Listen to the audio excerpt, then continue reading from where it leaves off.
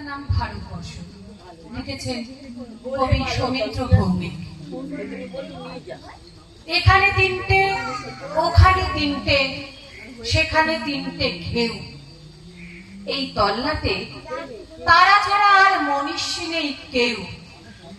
হারে রে রে রে চিৎকার শুনে সবাই পগার পার।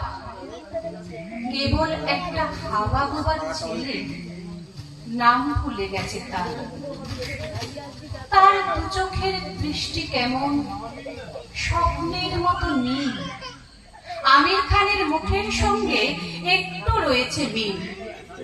সবাই ধরলো, মারলো, বললো বল জয় সিয়ারাম।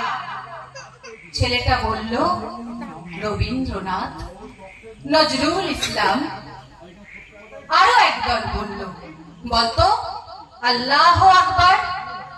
ছেলেটা বলল ডিরোজিও আর অতীশ দীপঙ্কর। সবাই ধরলো, মারলো, বললো কোনখানে তোর ঘর। ছেলেটা বলল ভারতবর্ষ, সবরমতীর চর।